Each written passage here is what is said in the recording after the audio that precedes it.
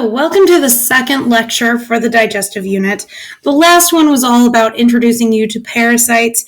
I talked about Toxoplasma gondii, and now we're going to actually move into digestive system intro and talk a little bit about that.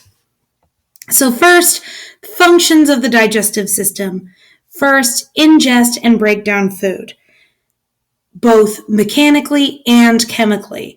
Mechanically mostly happens in the mouth. You do have a little bit of churning inside of the stomach, but that's really secondary. Most of the digestive system is dedicated to breaking down food chemically and then absorbing the nutrients and passing those into the bloodstream where they can be cycled through the body. Then also getting rid of anything that we can't digest in the forms of feces. And the name for that process is defecation, so to defecate. Now, structures of the alimentary canal.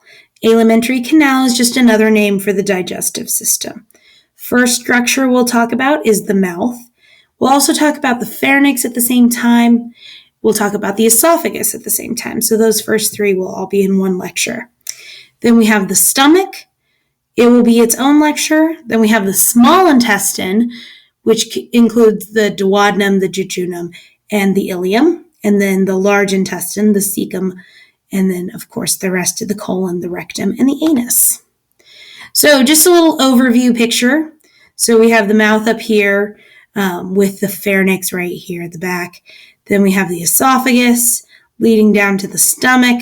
And the stomach then leads into the duodenum, which is right here, which leads into the rest of the small intestine until we get here to the large intestine and then out. Some additional structures we will be talking about: the liver, the gallbladder, the pancreas. Liver, gallbladder, pancreas, sorry. Then we have the salivary glands, which we will be talking about when we go through the mouth. And those are all right here. The parotid gland, the submandibular gland, and the sublingual gland. Those are all the salivary glands, and we'll talk about those when we talk about the mouth. Then we have the liver and the pancreas. And then this is just a little final picture. Now, nutritional intake. The first thing you need to know is caloric intake.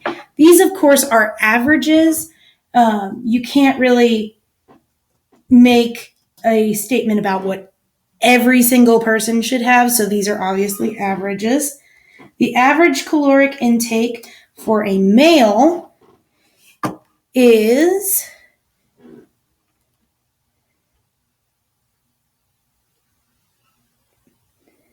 about 2,000 calories. And then for females, it's about 1,800. So you have a decrease there of about 2,000 calories. And the difference is because of size, body size. Generally, the adult male is slightly larger than the adult female. Now, nutritional compounds. For the diet that we were talking about with caloric intake, the average percentage that is proteins is about 15%.